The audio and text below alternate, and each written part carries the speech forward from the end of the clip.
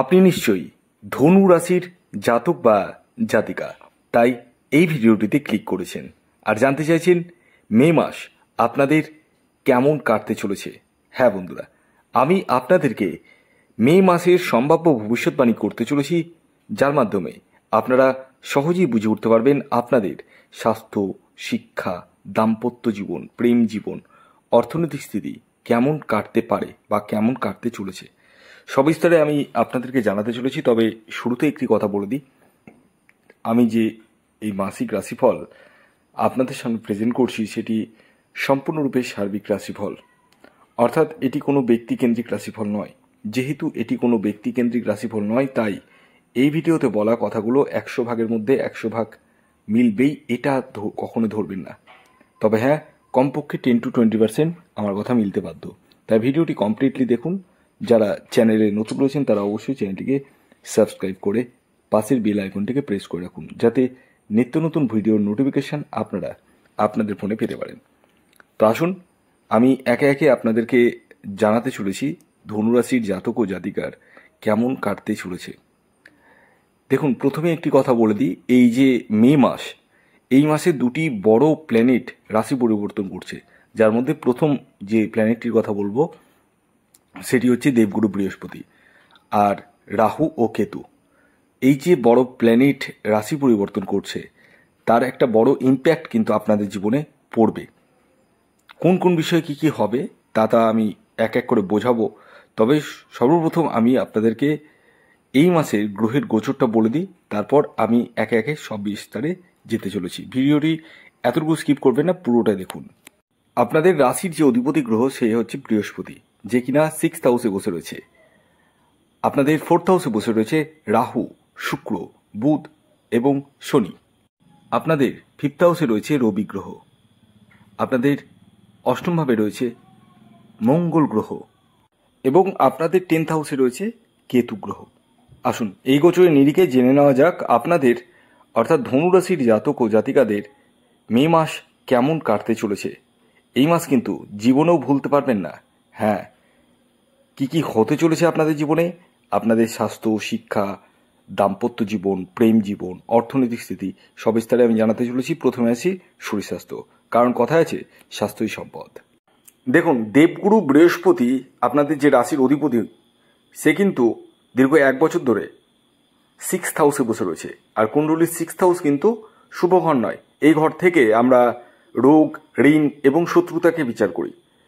তাই আপনাদের health oriented যে সমস্যা ছিল সেটা 15 তারিখ যখন দেবগুরু বৃহস্পতি তার রাশি পরিবর্তন করবে এবং 7th হাউসে প্রবেশ করবে, তখন থেকে কিন্তু আপনাদের কাটবে। অর্থাৎ হেলথের জায়গাটা কিন্তু যথেষ্ট বেটার আমি দেখতে পাচ্ছি।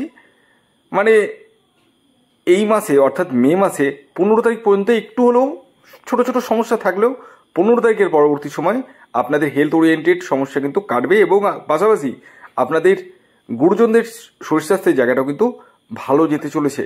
আসি এরপর এডুকেশন, মানে পড়াশোনা কেমন কাটতে চলেছে। আপনাদের 5th হাউসে রবি বসে রয়েছে, কিন্তু বিষয় হচ্ছে আপনাদের মঙ্গল গ্রহ 5th লর্ড 8th হাউসে বসে রয়েছে, নিচস্থ রয়েছে। এটা কিন্তু আপনাদের জীবনে কি আনতে পারে আসুন জেনে নেওয়া যাক। দেখুন, এই মাসে আপনারা কোনো জায়গায় ফর্ম ফিল আপ যদি করতে চান, মানে হুজ্জুতি করে করবেন না। হুজ্জুতি মানে একটা হঠাৎ করে ডিসিশন নিলেন যে আমি এইখানেও মানে ফর্ম ফিল আপ করি আবার ওখানেও করি, মানে দুই নৌকায় পা দিয়ে কিন্তু চলবেন না। মানে মাইন্ড ডাইভারশন, ডাবল মাইন্ডেড যেটাকে বলে, এই করলে কিন্তু সমস্যা আসতে পারে। মানে আপনাদের এডুকেশনের জায়গাটা সেরকম মাত্রায় নাও এগোতে পারে, একটু কেয়ারফুলি হতে হবে। ওভারঅল এই মাসে এডুকেশনের জায়গাটা ভালো রয়েছে, কারণ রবি 5th হাউসে উচ্চস্থ রয়েছে, কিন্তু আপনার 5th লর্ড মঙ্গল 8th হাউসে নিচস্থ রয়েছে, যে ক্ষেত্রে কিন্তু কিছুটা সমস্যা ক্রিয়েট করবে। তবে আপনাদেরকে একটু বুঝে সুঝে চলতে হবে, মানে পড়াশোনার বিষয়ে একটু মানে শার্প মাইন্ডেড হতে হবে, তাহলে কিন্তু সেরকম সমস্যা আসবে না। এরপর আসি প্রেম জীবন। প্রেম জীবনের জায়গাটাও 5th হাউস থেকে দেখতে হয়। যেমনটা আমি বললাম, 5th লর্ড মঙ্গল 8th হাউসে বসে রয়েছে এবং 5th হাউসে রবি গ্রহ বসে রয়েছে উচ্চস্থ। দেখুন, এই মাসে একটা কথা বলতে পারি, আপনি যার সাথে রিলেশনে রয়েছেন তার জন্য আপনি যতই করুন না কেন, সে কিন্তু আপনার মানে বিষয়ে কিন্তু সেরকম সন্তুষ্ট হবে না। যেখান থেকে আপনারও মনে হবে যে আমি এত কিছু করলাম কিন্তু তার মন আমি পেলাম না, এই জায়গাটা কিন্তু হওয়ার সম্ভাবনা রয়েছে। কিছু কিছু ক্ষেত্রে আপনাদের কথা বলা বলি কিছু অংশে বন্ধ হতে পারে, এবং যারা একাকী রয়েছেন তাদের ক্ষেত্রে আবার শুভ, তাদের ক্ষেত্রে নতুন প্রেম আসতে চলেছে। তবে প্রেমের প্রলোভন দিয়ে আপনাকে কিছু অর্থ চিট করতে পারে, একটু কেয়ারফুলি হতে হবে, একটু বুঝে সুঝে চলতে হবে।